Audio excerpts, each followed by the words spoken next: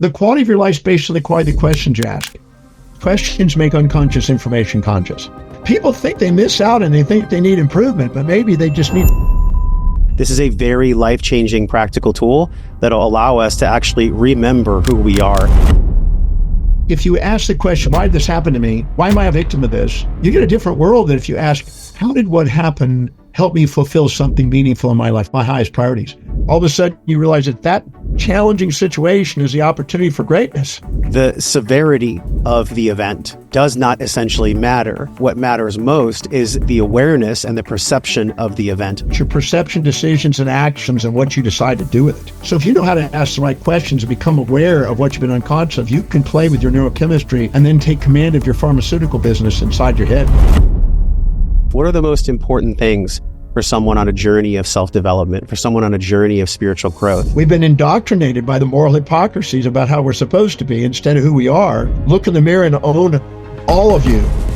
The level of the essence of the soul, nothing's missing in you. The things that appear to be missing you are all the things you're too proud or too humble to admit what you see in others inside you. And the moment you see that everything out there is you, it's a projection, and there's a reflection, then all of a sudden you realize there's nothing there to avoid or seek. You don't need to get rid of any part of yourself to love yourself. Love it all.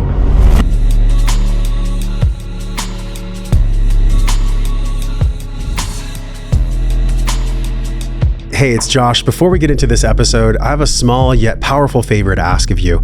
The community has been growing by thousands lately, and the bigger the tribe, the bigger names of world-class guests we can have on this podcast that I can bring to you from my heart, from my curiosity, so you can have more wellness and wisdom in your life. Would you please be so kind as to hit the subscribe button wherever you're watching or listening to this podcast? It'll allow us to rise naturally in the algorithms based on your 2-second act of generosity by you just tapping that little subscribe button wherever you're viewing or hearing this episode. Thank you so much. It means the world to me and our entire team here at Wellness and Wisdom. Now enjoy the podcast. John, thank you so much for being here. Thank you. Thank you. I'm the one that's thankful. Thank you. You are on a ship in the middle of the ocean right now. Where exactly are you? You live on a ship for the past 20 plus years, which is an amazing lifestyle. You're a man of movement. You're a man of language. You're a man that's a polymath, a man of many talents and many understandings. And I'm just utterly fascinated, John, by the way that you've encoded meaning out of some of the false narratives that are out there, starting with maybe the place you were even born, right here in my state, Texas and Houston. A good place to start, actually, for me, would be with so much that you've done. One of the challenges and also the benefits of me being a podcast host for almost a decade is I look at the massive amount of work that someone like yourself has completed and also will complete. And I ask myself, what are the most important things for someone on a journey of self-development, for someone on a journey of spiritual growth? And I really found that it was almost a paradox and really fun that you were born on Thanksgiving Day. I think that's beautiful because so much of your teachings have gratitude infused in them. Many people think of Thanksgiving as like, Plymouth Rock and, the Native Americans and eating food with baskets on the table. Thanksgiving, or to give thanks, is really about gratitude. Have you ever made that connection for yourself as a child growing up and going to Hawaii and furthermore, which we'll talk about, your whole incredible life journey? But that birthday, Thanksgiving, does that hold any significance for you? Absolutely. I was around 4 and my mom was putting me to sleep and she said, son, before you go to actually sleep, count your blessings. Because those who count their blessings and are grateful for what they have, they get more to be grateful for. So I have most likely the largest collection of documented gratitudes probably of anybody you've ever met. Where do you keep them?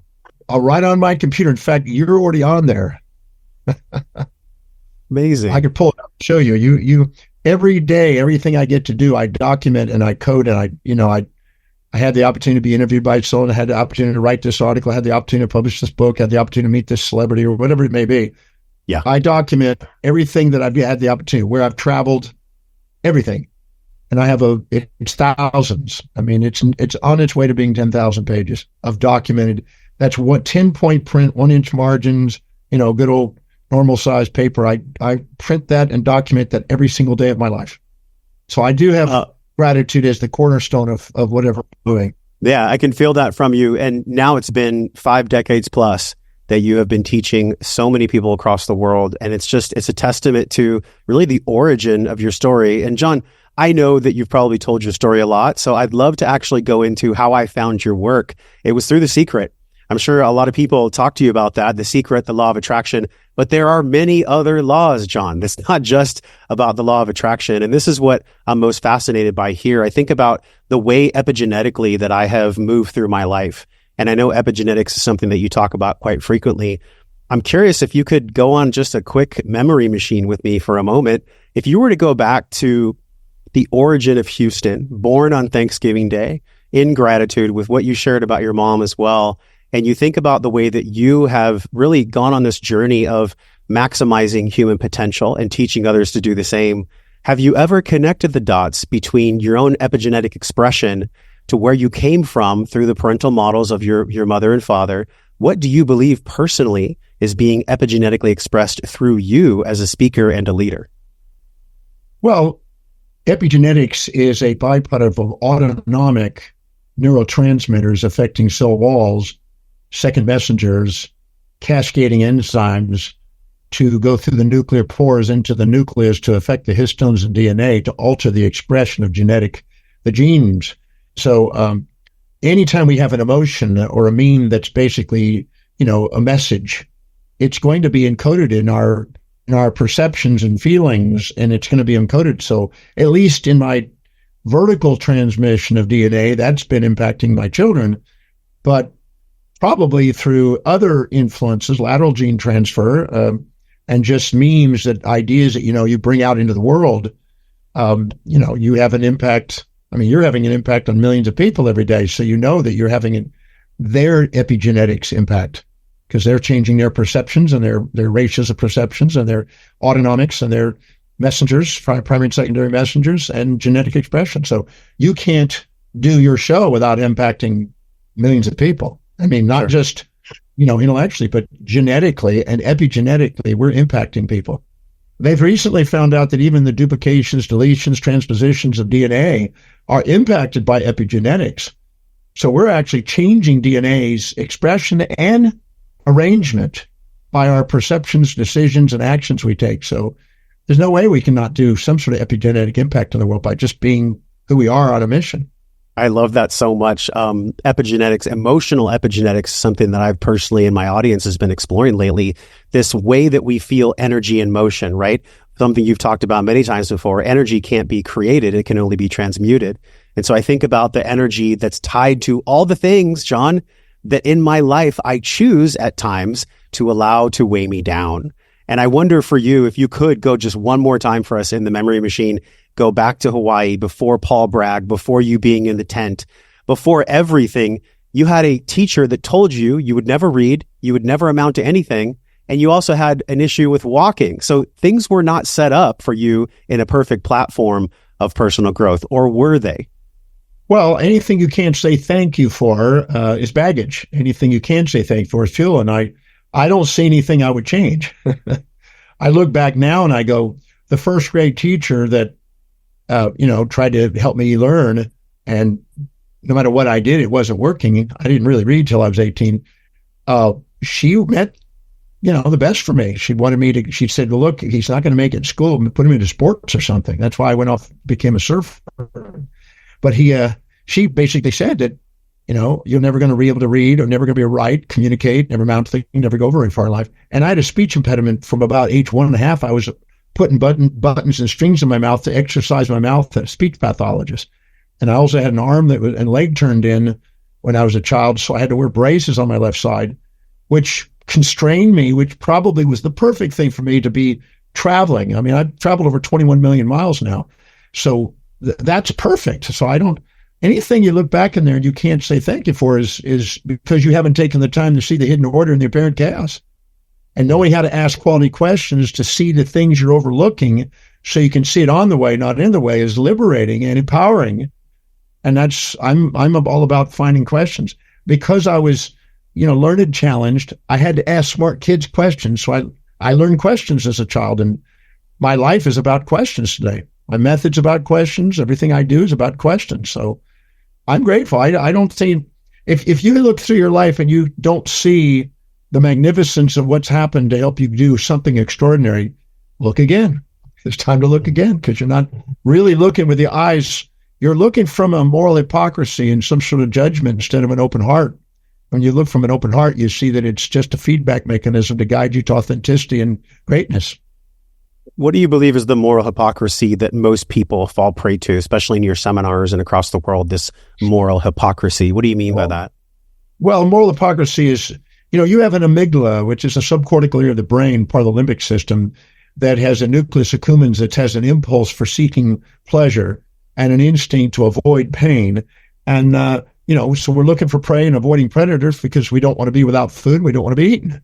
So that's a survival mechanism that we have inside us that skews and subjectively biases and distorts and generalizes our misperceptions of reality. And we also have an executive center that allows us to see things from an objective view and more balanced view. And anytime we're in a thought of trying to get a one-sided world and trying to avoid the other side, we've got a moral hypocrisy. I'm trying to be nice, never mean, kind, never cruel, positive, never negative, peaceful, never wrathful, generous, never stingy, all one-sided.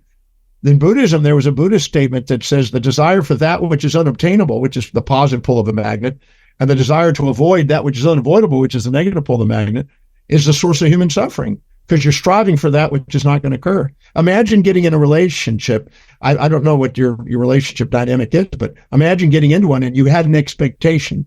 Now you're going to be nice, never mean, kind, never cruel, positive, never negative, peaceful, never wrathful, generous, never stingy, giving, never taking, considerate, never inconsiderate. Okay, if you had that expectation, you'd be bitter and angry and resentful within a very short period of time because the person you're with is going to be nice if you support their values and mean if you don't. And if they'd be nice as a pussycat if you support their values. They could be mean as a tiger if you challenge them. So you can't expect a one-sided human being. And if you do, you have an unrealistic expectation on human beings. Well, the same thing occurs for our fantasies and our real objectives in life. A fantasy is a one-sided reality. An objective is willing to embrace the two sides, the pain and pleasure in the pursuit of something meaningful and purposeful. So I'm a firm believer in not being caught in moral hypocrisies, which are based on trying to be a one-sided world and then feeling guilty because I can't sustain it and angry because they can't sustain it, and put a balanced view and realize that human beings have both sides and love all parts of yourself. You don't need to get rid of any part of yourself to love yourself. Love it all. That is timeless and also timely. Look what's happening with Israel and Palestine. I mean, that's literally playing out right now on planet Earth. And it plays out, by the way, you asked, I have 2 children, Nova and Nias. I'm a father of 2. You're also a father. As a father, I think about how can I protect, but also how can I have the spiritual, mental, emotional maturity in order to do so, where I'm not projecting my stuff, like you so eloquently explained, onto my partner, onto my children. You have a video, John, that's fascinating. We're going to link it right here where everyone's listening. What you condemn, you either breed, attract, or become. I think this is a beautiful speaking point right here because you are echoing what I've heard from many guests on the show, from many spiritual and emotional intelligence teachers. And that is, when I hold a seed of resentment in my hand that's burning, I'm the one that continues to get burned. Can you expand on that, please? Because this is so pivotal when we go into what emotional intelligence actually is. Yeah. Well, about 40 years ago, maybe even longer than that, I noticed that I was talking to people and sometimes I would emphasize something. Did you hear that? And then I was thinking, I'm talking to myself. I didn't hear that. Yeah. and I would point my finger and it's like, oh, there's a way more coming back to me. And I don't even know if I was talking to them. I was just talking to me, using them as my boomerang. And then I started thinking, well, what I'm judging in other people is me. And so I decided I thought of a preemptive strike. Instead of waiting for people to push my buttons with stuff, I just decided to go to the Oxford Dictionary, the Oxford English Dictionary, which is the biggest dictionary, and go through and underline every possible human behavioral trait. I found 4,628 traits then. And I underlined them. And then I thought, who do I know that displays that trait more than anybody? And I put their initials where I would understand the initials. And then I thought, okay, John, go to a moment where and when you perceive yourself displaying or demonstrating that particular trait, action, or inaction, whatever I'm admiring or despising in them, because some were positive, some were negative. And then I looked in my life and I went, where did I do it? When did I do it? Who did I do it to? And who perceived me doing that? And I kept going until I perceived it as much as the most extreme example of somebody I could identify with. So who is the most extreme person that does that behavior? And where do I have that?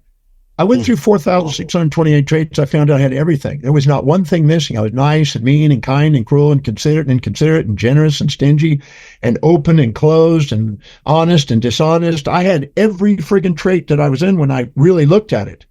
And then I realized it's only the traits you're too proud or too ashamed, too humble to admit you have that are the buttons that people hook you with.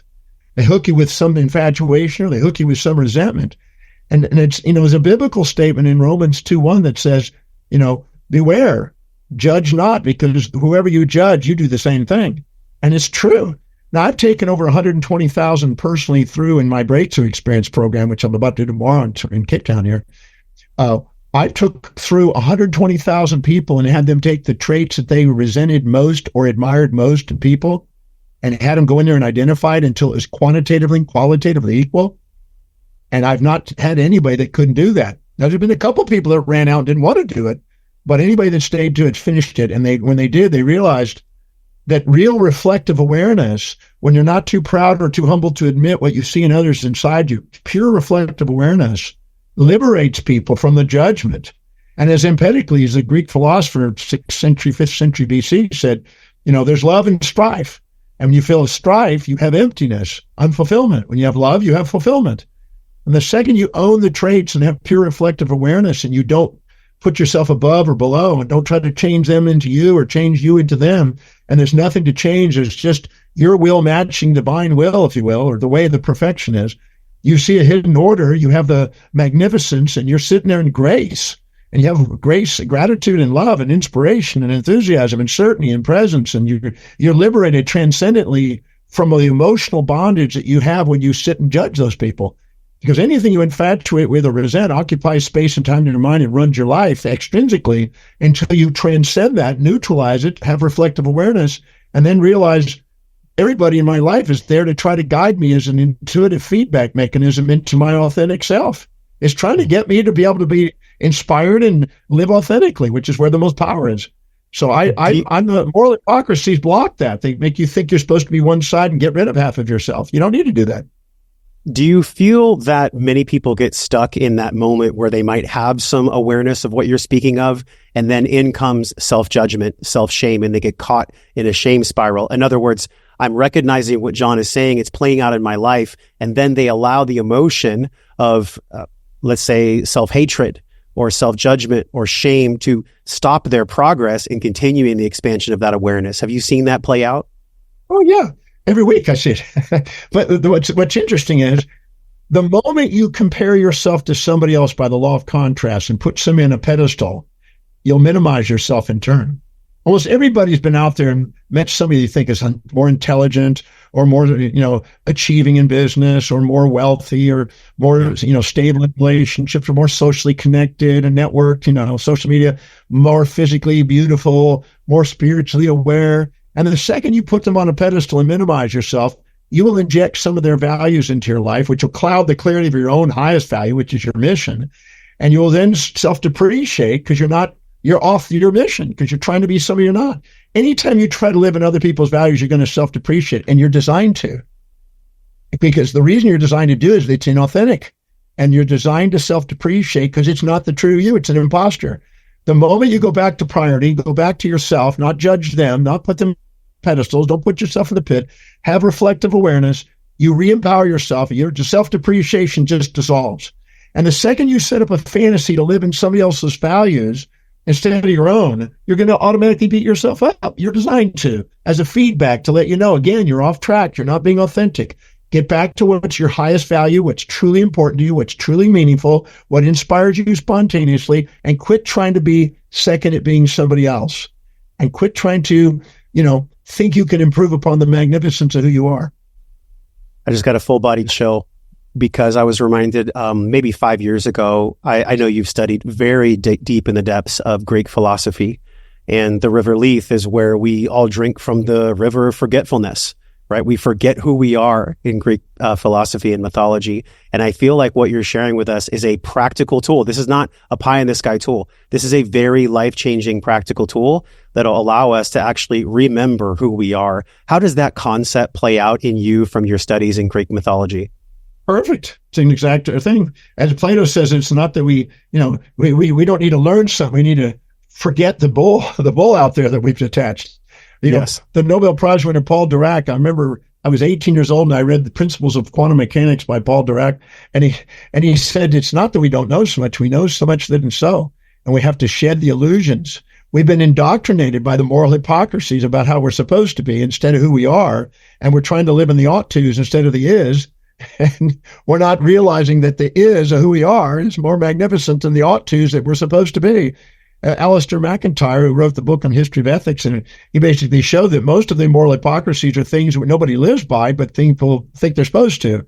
And then the universal laws nobody violates, but the human laws nobody lives. So I try to look at the universal laws and incorporate it in my life. And that's where symmetry and elegant beauty of perception is reigning. That's when we see things both sides. You really don't, when you infatuate with somebody, you don't really know them. When you resent somebody, you don't really know them. When you love somebody, you get to know both sides of them simultaneously. And that's where the power is to love people and love yourself. Look in the mirror and own all of you. See, I always say at the level of the essence of the soul, nothing's missing in you. And at the level of the existence of the senses, things appear to be missing in you. The things that appear to be missing in you are all the things you're too proud or too humble to admit what you see in others inside you. And the moment you see that everything out there is you, it's a projection, and there's a reflection, then all of a sudden you realize there's nothing there to avoid or seek.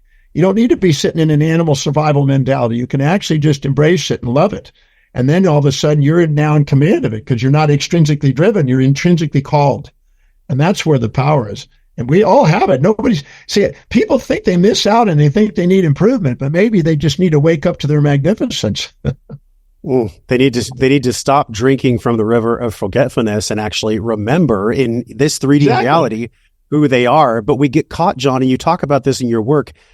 They get polarized in their perspective, and they get in this dynamic with this false dichotomy of seeking and avoiding. Can you expand on that? Oh, yeah. The amygdala, the subcortical amygdala, part of the limbic system, has a nucleus accumbens, which is a pleasure-seeking system, and has a habenula and the pallidum that's basically a part of the pain system. And so it's looking for prey, for food, and it's pleasureful, and it's anabolic, and it builds you, right? And then there's pain, and it's catabolic, and it's a predator eating you.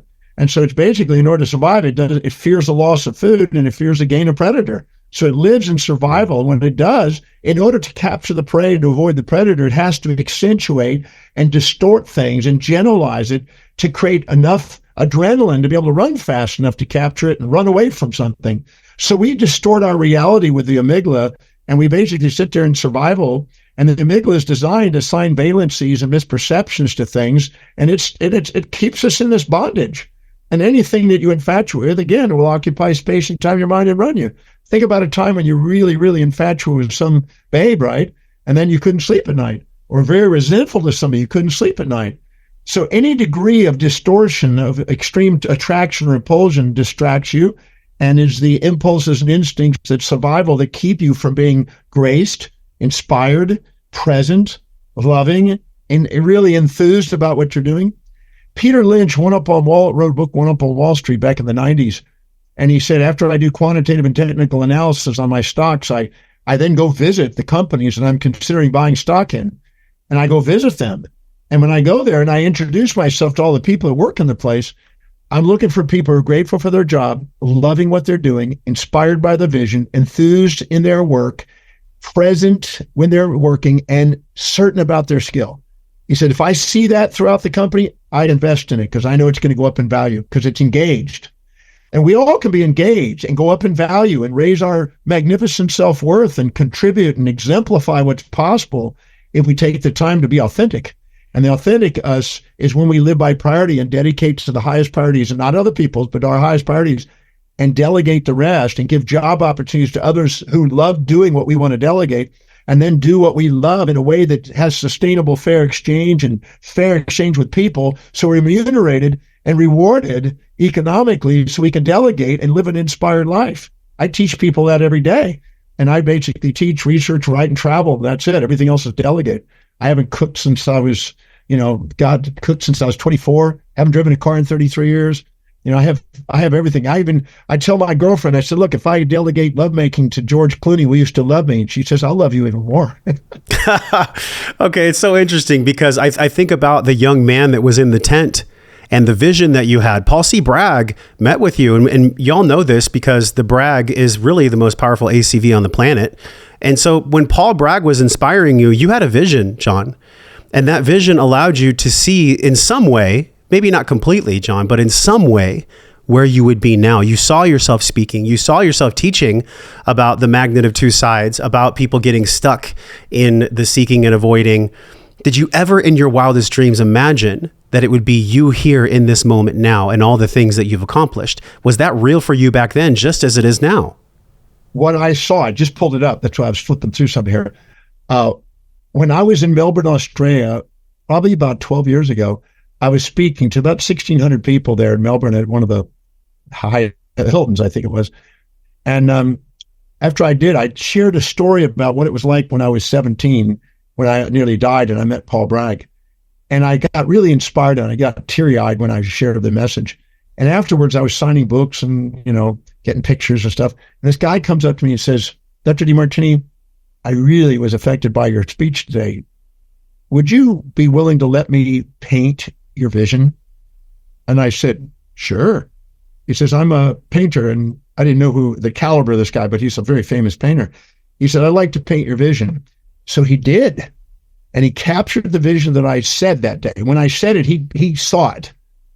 And he sent me a sketch, and I was like, I got brought to tears. Like going, he did it. The only thing that he did different on the vision is he stuck me in it in the vision of where I was at the time he saw me. But this is the vision he gave. He painted. Wow. So there's a massive, for those of you listening, there's a massive, almost looks like Spain or some huge courtyard with hundreds of thousands of people. And then is that you speaking? Yeah, that's me. And what it is, it's 1 million people in a giant square, about 40 people on a balcony, 40 feet above it.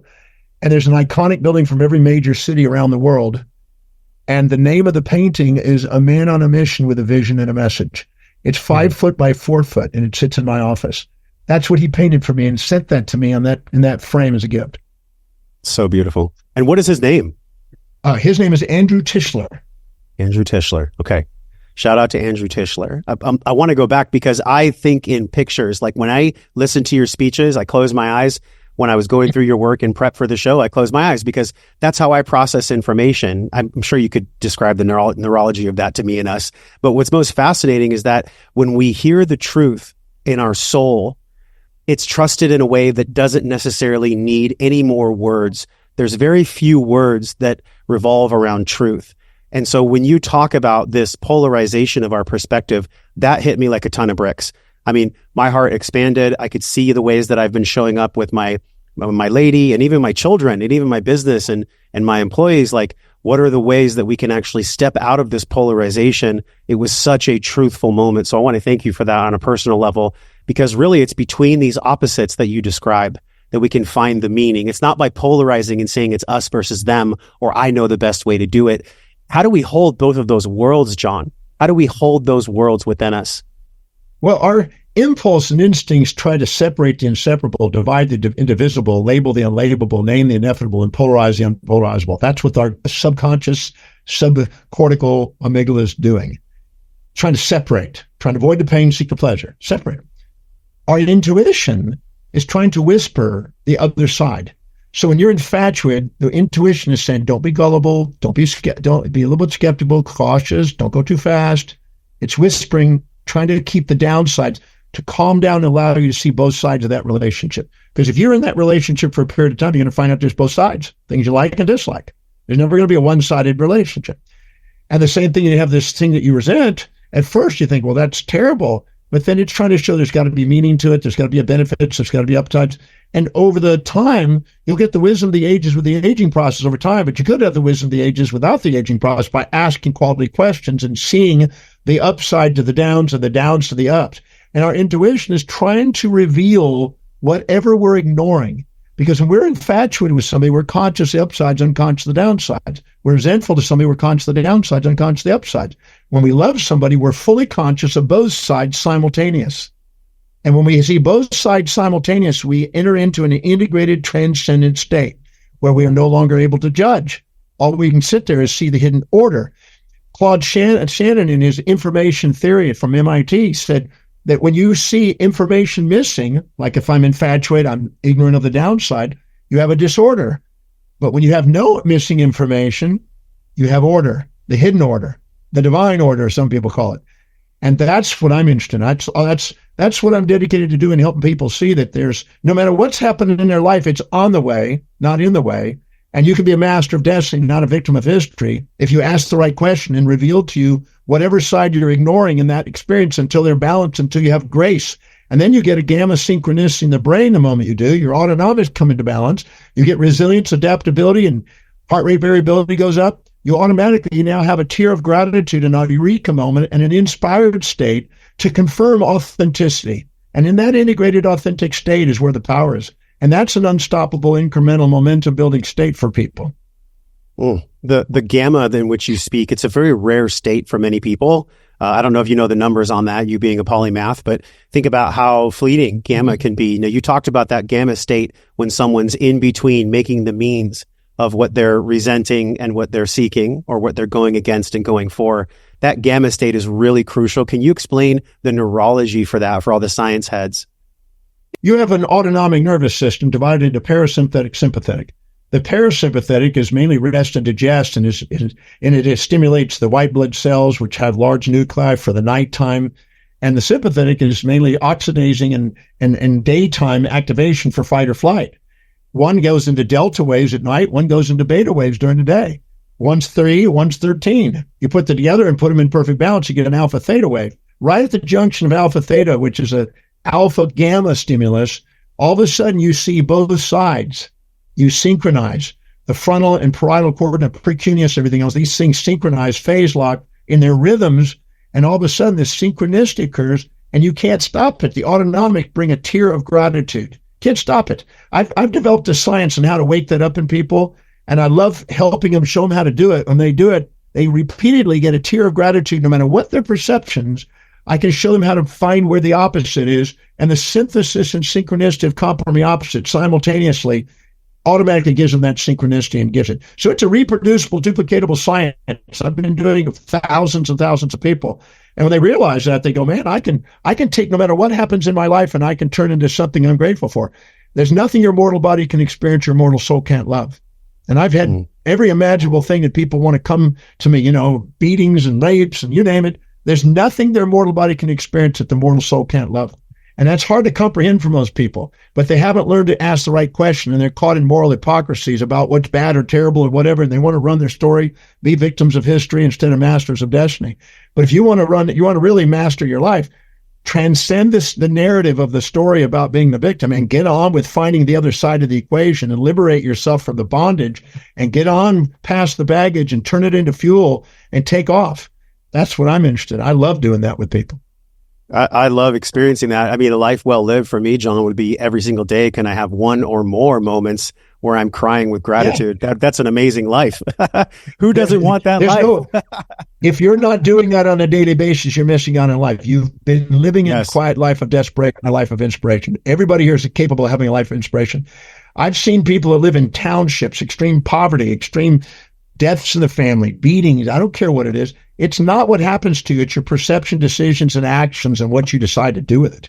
And when you turn that into an opportunity and know how to be resourceful and turn yourself back to the source, whoa, all of a sudden you realize that challenging situation is the opportunity for greatness. This is such a great, I want to go a little deeper into this because most people, John, and I say most very reductionistically, but I would assume that most people that are on the beginning of their spiritual journey, the beginning of their personal development, they get caught. They literally they choose to allow their emotions of depression, emotions of anxiety to basically stick them exactly where they are. They get stuck in these energy and motions. And so I want to ask you this question about what you said because it's so pivotal. It's not that you're bypassing. It's not that you're trying to just wax over the things that have occurred. There is a process that you teach where you actually go to what has happened and you tactically, spiritually, and practically move through it. This is not bypassing what occurred, right? No dissociation at all. It's just seeing what you are obviously not seeing. Can I share some stories and examples? Please. Stories are the best. Yeah. So I had this lady in Florida who came to my signature program, which I'm about to do tomorrow morning, called the Breakthrough Experience. I've done it 1,203 times. And she comes there and she's in Florida and she's, really playing the story of the being a victim. I was unwanted. My mother abandoned me. I've been beaten. I've been raped. I've been this. I'm just running into story. And I said, all right, let's start from the first one. She said, I've been abandoned. Okay, good. Let's go to what you thought you were abandoned. My mom didn't want me and she abandoned me. Okay. What trait specifically did you think you missed out on because of that? Well, I didn't have somebody that gave me affection and didn't guide me and didn't, tell me she loved me and this and that stuff. Okay, so let's take each one of those. Who is it that guided you in your life instead? Because nothing's missing. Who took on that role? He said, nobody. I said, look again. That's what the story you've been running. Look again. Nothing's missing. Look again. She finally, after a few promptings, she said, my aunt, my mom's sister. Great. Who else? A best friend's mom. Great. Who else? My grandmother. And who else? A teacher. And who else? My aunt's best friend who used to hang out at the house. I said, so did they provide what you thought your mother was to provide in your life? Yes. Now that I look, yes. And then I took each of the traits she thought she missed out and I found out who was providing it in her life because nothing's missing. I learned that when I was 14 living on the street. I realized everybody's changing hands and becoming parents and becoming these people. And I learned that way back then. Yes. Yep. And so all of a sudden I said, now the next question, now that you see that everything you thought was missing wasn't missing, it was in a variety of other people's forms, what would have been the drawback if it had been your mother? You never asked that. You hold on to a fantasy. See, depression is a comparison of your current reality to a fantasy you get addicted to and hold on to. You had a fantasy. If your mom had done this, life would have been happier. What would have been the drawback if your mom had done that? One by one, we went through them. If your mom had done that. All of a sudden, she went blank and stared and started to cry. I said, so what is it? She said, she shook and she said, something my aunt said. I said, what is it? She started crying. She said, wow. She got chills all of a sudden. She said, when I was very young, it just came back to me and I ignored what my aunt said. My aunt said, your mother gave you up to me because she had bipolar condition and she put you in the bath and forgot you were there and you nearly drowned and you nearly burned to death because the water was too scalding. And when she found that out, she thought she was feeling so bad that she almost killed her daughter that she says, my condition, I can't do this. She deserves a better life than what I can provide. And when she all of a sudden heard that, she's now 47 years old. The story and the psychologist that promoted the story had been going on all these years and been a victim of her history. And I said, so what was the benefit? What would the drawback if your mom did? She says, I would have died. I wouldn't be here. And what was the benefit of your aunt doing it? She taught me a new language.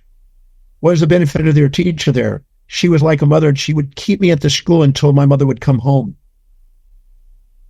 She started looking at this and she started bawling and she goes, I've been angry with my mother because I was not willing to hear even what my aunt said at the time. But right now, all of a sudden, it's just clear and I'm just in tears and all I want to do is thank my mom for giving me what happened. I never saw it. See, the quality of your life is based on the quality of the questions you ask. If you ask the question, why did this happen to me?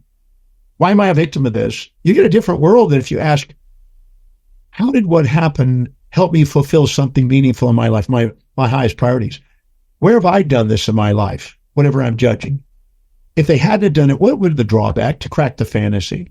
If you ask a new set of questions and you turn this experience into something you're now as fuel and gratitude. She was in such gratitude at the end of the program. People gave her a standing ovation for the most transformed because her story because she felt unworthy, right? So she hung out with guys that basically took advantage because she didn't feel worthy of a great guy. So guys would take advantage of her, and she didn't want to turn down sexuality with them because that was the only thing she thought she had that would give them value. I mean, her whole story stemmed from an incomplete awareness that she started with as a child. And all that just dissolved. She changed her perspective, changed the way she looked. She changed her hairstyle. She dropped weight. She started writing a book. She said, people need to know this. Changed her whole direction. A trajectory change from asking the right question. And most people don't. They get caught in moral hypocrisy. That was bad, and I'm an innocent victim. They're the perpetrator, and I'm this victim. That zoological, psychological babble stops people from mastering their life. Because it's not what happens to you. That some of the most challenged people are the ones that do the most amazing things. Yes. I had another boy. I got to share this story. This boy comes to me, and this mother says, please try to help my son. And he's suicidal, and he just doesn't want to live, and he doesn't feel worthy of everything. And I said, so, and this is the foster mother, because he'd been abandoned, right, and orphaned. And I said, so what's the deal here? And he said, first of all, I was given up and rejected and unwanted. And I regressed him back right to his birth. And when he did, he saw his mother crying in a window and he was in a hospital and crying in a window, and the father had taken her away. She didn't want to let go of the baby. Turned out this was in Mumbai, India, which I was just at a few days ago. And the mother was in a slum and believed this boy deserved more than what they could offer in a slum. So when he all of a sudden saw that, his whole perspective that it's not that she rejected him, she wanted him, but felt he deserved more than that. And the moment he did, he started to realize, I went over and pulled out people who had been abandoned and orphaned on the internet, celebrities and famous people that were orphaned and abandoned. Go look them up. It's worth it. There's hundreds of them. You know, Sir Isaac Newton, right? And I just started going down the list. And I said, do you know these people? And we looked up each of these famous people and their accomplishments on the internet, on his phone. And I said, they're all orphans. They were all left. And look at what they've accomplished. You're in that category. So we, in 30 minutes, we transformed the perception of what he had over there and the idea that he was abandoned and unwanted to, I'm now in that category of people that do extraordinary things. The trajectory in his life and his desire to want to do something for his mother to prove that he was, because she did that, gave him that chance, the guy just took off and the story changed. And a lot of times, if we don't have a story of thankfulness, we don't have the true story. We have a story that's incomplete in awareness. We're not seeing the hidden order. We're seeing the chaos. And to me, asking the right question to see the whole picture where you can be thankful is liberating and energizing and vitalizing to human experience. Wow. I got so much from that share. Maybe somebody's watching this for the third time because we all learn the most through story. So thank you for those two stories. What a pivotal moment in both of these people's lives. And John, on a personal level, you just described what I went through in a vision quest in 2022 in a vision quest.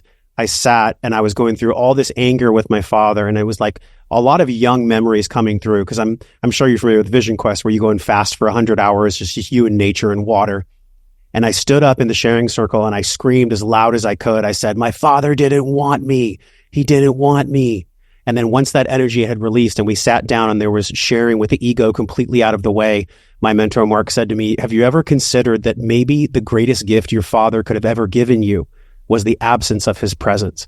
And I feel it in my throat and my heart right now, just the same. It's really the question and the perception based on a new awareness, but that new awareness can only come with certain ingredients. What do you believe those ingredients are for that awareness to be present? Because the healing and transformation is profound for all of us. Well, the magnificence of questions make unconscious information conscious. So if somebody says to me, like I had a lady the other day, just a few days ago, today's Friday, isn't it? I think Friday. So this is like Wednesday, a couple of days ago. And she basically said her father was violent and used to hit the mother and hit her, right? And the brother. And I said, okay, so who is the overprotector in the family? Because you never attract violence unless you got an overprotector. But the overprotector makes you juvenilely dependent, and then you need the the aggressive person to break you free of the dependency so you can become independent, because that's what makes you more entrepreneurial and independent. The assertiveness. It's like why we have bullies and we got overprotected kids sometimes. And all of a sudden she stopped. I said, go to the moment when he's actually doing this. Who's the overprotector? And she said, my aunt, my mom, my grandma, my dog, my brother, my aunt's friend, the next door neighbor. They're all sitting there keeping me juvenile, making me not grow up, overprotecting me, not giving me accountabilities. And my mom is playing that role, and my dad is playing the opposite. And she saw it for the first time in her life, because I asked her the question. And then she said, I said, what do you do for a living? I laughed because I knew where it was going. She said, I'm a parent counselor. I said, how much money do you make? And she said, I make about $125,000 a year. I said, how much do you give to your dad for making sure you became a parent counselor? Because if it wasn't for that, you wouldn't have been independent. You wouldn't have been a leader. You wouldn't have been outspoken. You wouldn't have had the desire to create a book that you've written. And she goes, you're absolutely right. I said, if you had been surrounded by your mom and only your protection, where would you be today? She said, I'd be living in a small town doing nothing.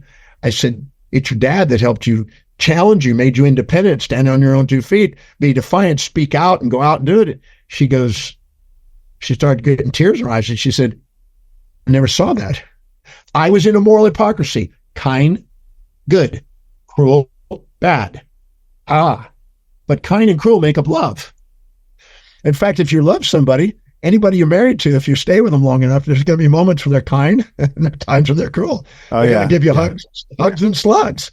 And you need them, because if you get cocky, they need to bring you down. If you get humble, they lift you up. And they're going to do both sides to kind of keep you and get you authentic. The purpose of marriage is not happiness. The purpose of marriage is to get you authentic. That's the fantasy people live in. They get addicted to the fantasy, and then they think, well, it's not working. No, it is working. It's teaching you how to love both sides of yourself. I want to ask you about the fantasy. You talked about fantasy and depression is the comparison of your current reality to a fantasy that you're reaching for. But what causes the fantasy with anxiety, specifically people that are having overwhelming anxiety? Can you speak to the audience about people that are experiencing overwhelming anxiety? What is the fantasy model there? So I'll use a story again. So this boy, he was, I think, about almost 11 months old. And he was scampering around on the ground, and the father and mother started a big fight. And the father got really aggressive and violent.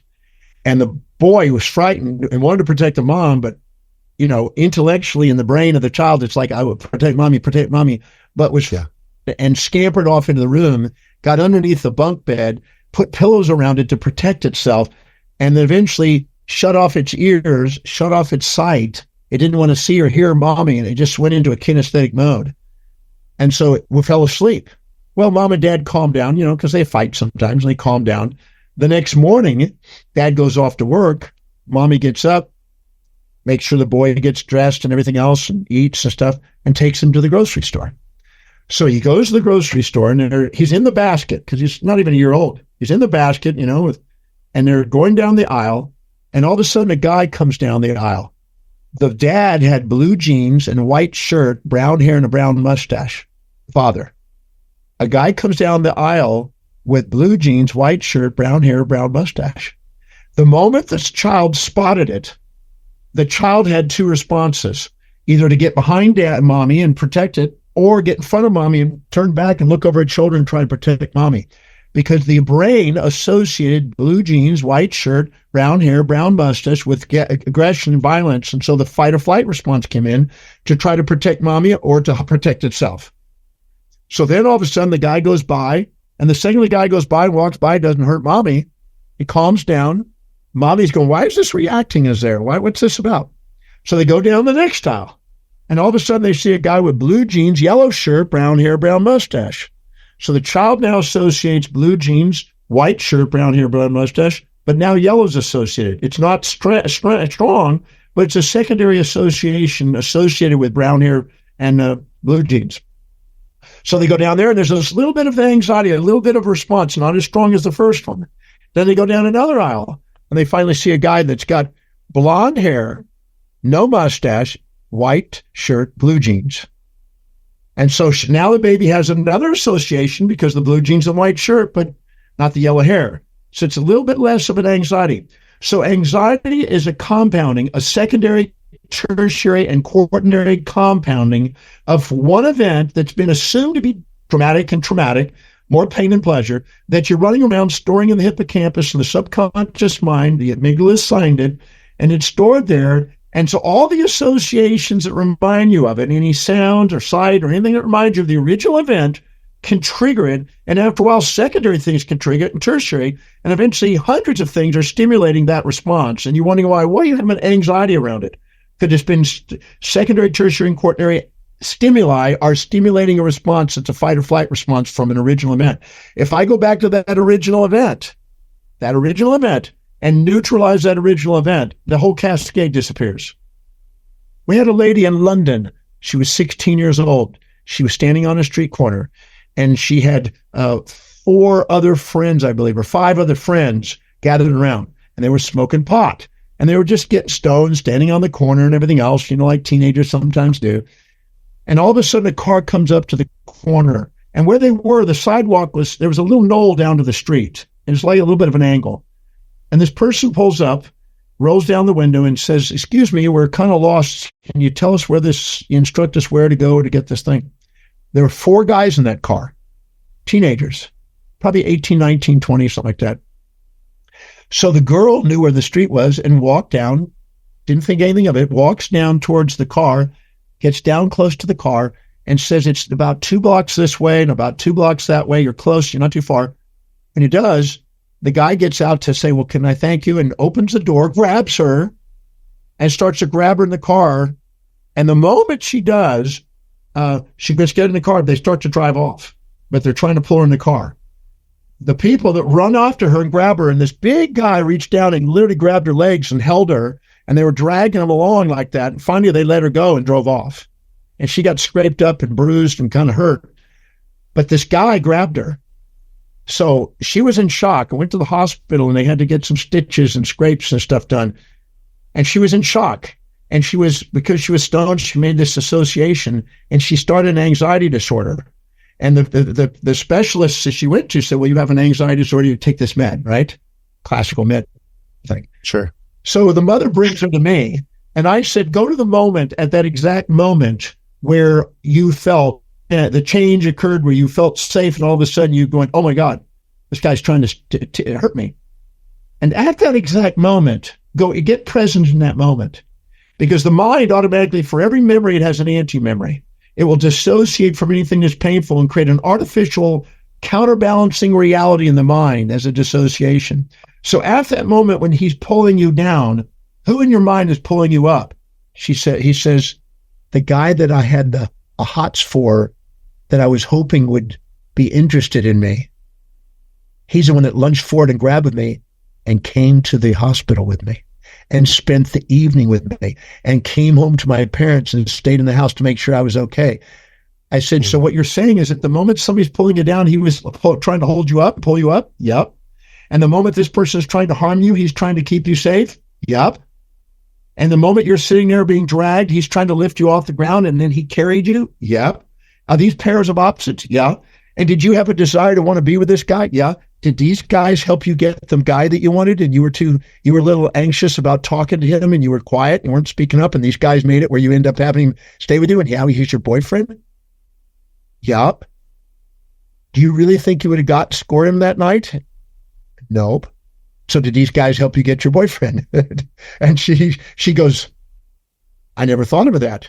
And so at that exact moment that you thought you had trauma and tragedy, you also had ecstasy.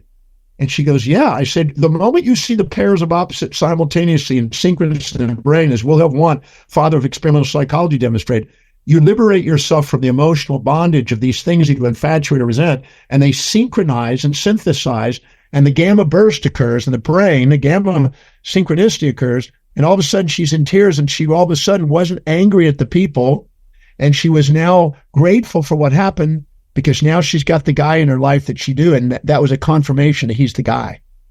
And since that time, he's there. So anyway, once we finished that, the anxiety was gone. and there was no medication. And I was speaking, that was a Friday afternoon, evening. And the following Tuesday, I was doing a program at the Bloomsbury Hotel in London. And there was a mother and her, and they're in the front row. And I was getting up on stage, and I looked down, and I saw them, and I came down the steps. And I gave them both a hug. And the mother says, hadn't had anxiety since you chatted with her. It just cleared it because you transformed the misperception that she had. She saw a one-sided world, tragedy without comedy, negative without positive. And you helped her ask questions, make her conscious of both sides simultaneously, liberated it. And now she's there. And I said, where's the boyfriend? It says, well, he's working tonight. I said, well, next time I come to London, I want to meet you and the boyfriend. He says, no problem. But she's sitting there. The anxiety's gone. The medication wasn't needed. Medication is a symptom, it's a palliative thing, instead of actually going in there and dissolving the very illusion that we get trapped in sometimes. And I'm not denying that the guy tried to steal her and tried to hurt her, tries to possibly rape her. But the truth is, in that exact moment, there was a pair of opposites, and the mind will automatically make a pair of opposites to create a homeostatic system. It's an interoceptive homeostatic system in the brain to maintain homeostasis in the brain. But we ignore it in psychology. I'm a guy who does, neurology. I finished a textbook last year on neurology, and I've watched those subtle changes in there. And if we go ask the right questions, we can wake them up and liberate ourselves from these misperceptions that we store in our subconscious mind, run these stories for decades on, and just dissolve them. There's nothing your mortal body can experience your mortal soul can't love. The mortal soul is the state of unconditional love when you see the hidden order in the various things that are going on in life. And then you see life on the way, not in the way. You don't have the baggage that weighs you down and ages you. You have the thing that lightens you up and inspires you. You have such passion, and this passion is literally infectious. And it's because you've spent your life figuring out what are the best questions to ask. Like you said, if you want different results, ask better questions. The insight that those stories gave us just by the teaching and the medium of story is so profound. So I just want to have this be a call for anyone that's struggling with depression or anxiety. Rewind that, share this podcast with someone. John, as we say goodbye, there's something I get to ask you. I've been wanting to ask you this ever since we got on the podcast today. The severity of the event does not essentially matter. What matters most is the awareness and the perception of the event. In other words, it could be someone falling down, skinning their knee, or someone going through rape, or someone going through physical trauma, abuse. They all are essentially stories. They're events. And then we create these stories about the events. On one intellectual level, I get that. But what about the spiritual side of your work? So much of your work is neurology and mindset and language and perception and changing how we associate to the event. But how does spirituality play a role in your work? It's all spiritual. Get out of the idea that this is spiritual and that's not. That's. I'm glad you said that. I was curious. Yeah, I mean, people. I got two more stories I got to share. I know I'm probably going to run over here, but so I have this lady. This lady comes up to me and she says, "What do you do?" She's in my breakthrough experience. She says, "What do you do when you have a husband that's not spiritual?" I said, "There is no such thing." She said, "What do you mean there's no such thing? He's not spiritual." Yeah. I said, No. Well, I said, "What do you think is spiritual?" She says, "Well, I meditate and I chant and I, contemplate and I go to retreats and I call in the goddesses and I mean, all this stuff she was doing." And I said, okay, so what does he do? He says, well, he owns an IT company and all he does is work and make money and he's focused on that and he's not into spiritual things. I said, so let me make sure I get this right. Do you work? She goes, no. I said, so he works. He has a company. How many employees? 200. An IT company that sells stuff around the world. He's employing 200 people. He's paying millions in taxes. He's employing people and serving, millions of people with his company. And then he's making an income, providing a great life while you can sit and go and contemplate your navel because you're not working. And yet you're doing what you think is spiritual, but he's inspired by what he's doing. What's spiritual is whatever inspires somebody. If it's raising beautiful children, if it's running a major business, it's me teaching, pole jumping, whatever it may be, pole vaulting or whatever. I met a lady that was pole vaulting and she felt it was her calling at a young age and she had 3 gold medals and everything else. And I'd worked with her in my program and she just absolutely inspired people. And she saw that as her spiritual path. Some people think, well, you got to go to a temple or a mosque no, that's also spiritual. It's not less, but it's not more. You can sit and meditate and and contemplate the universe and have spirituality, or you can be doing something. I met a guy, I got a picture of a guy that started at age 3 playing the piano. At 9, he was a concert pianist around the world. I mean, amazing player. He's 80 now. And I asked him, had lunch with him and dinner with him. I said, how many hours do you put into your practice? And I was expecting, a few hours a day or something like that. 13 hours a day for 77 years. You tell him that that's not his spiritual path, you'd be slapped. It's all spiritual. Where's God not, as Guru Nanak used to say? Where's the divine not? Where's the... See, we go around and we impose this moral hypocrisy and this idea about how it's supposed to be based on some local religious, very narrow construct. When you stop and think of the planet Earth, it's a little dot. And if you go to the sun, it's 93 million miles away, right? And if you look at the Earth, it's hard. You can't see it unless you got a telescope. And if you go to the Milky Way, 26,000 light years, you can't even see our solar system. The dust is too much. It's insignificant. You go to the local group of the Virgo cluster and the Laniakea supercluster and go into the cosmic web, you don't even know where this exists. And so what we think is the spiritual thing is a really infinitesimal. And I'd say blow past that and give yourself permission to live with holy curiosity and see the divine magnificence in everything that's going on and find it and use it to your advantage. Because it's not unless you make it so. You make it hell or heaven out of it, as John Dewey said. You can make a heaven out of a hell or a hell out of a heaven by asking questions and deciding. Plato in his dialogues used to do that with his students, right? The guy would say, this is terrible. And he'd ask, what about this, and this? He goes, no, it's actually terrific. And then he'd turn around and he goes, what about this and this? And now it's terrible. And he made him go back and forth until he realized, well, is it terrible or terrific? He said, thinking makes it so. If you ask new questions, you become aware of things you didn't see, and you then see two sides of things. At the highest level of the soul, it's neither good nor evil. At the bottom level of the barrel, the gravitational pull of the earth and your senses that are living in this little plane here, everything is either good or evil. But ultimately, we're here to have a transcendent awareness, not some imminent, narrow-minded idea about what it is. It's local to a particular group at this time and somewhere in space and time. Get past that. See a bigger picture and realize that it's not what happens to you. It's your perception of it. Trauma is not what happens to you. Trauma is the choice of your perceptions of what happened to you. So many people that I know here in Austin that are in the spiritual world, even some of the most popular spiritual teachers in the world that I've had the pleasure to interview off camera, they don't always seem happy. They don't always seem fulfilled. And I feel like, John, I'm curious how you feel about this as we say goodbye. Sometimes putting all your efforts myopically on spiritual growth, you miss the self. You miss the person. What do you make of that? Yeah.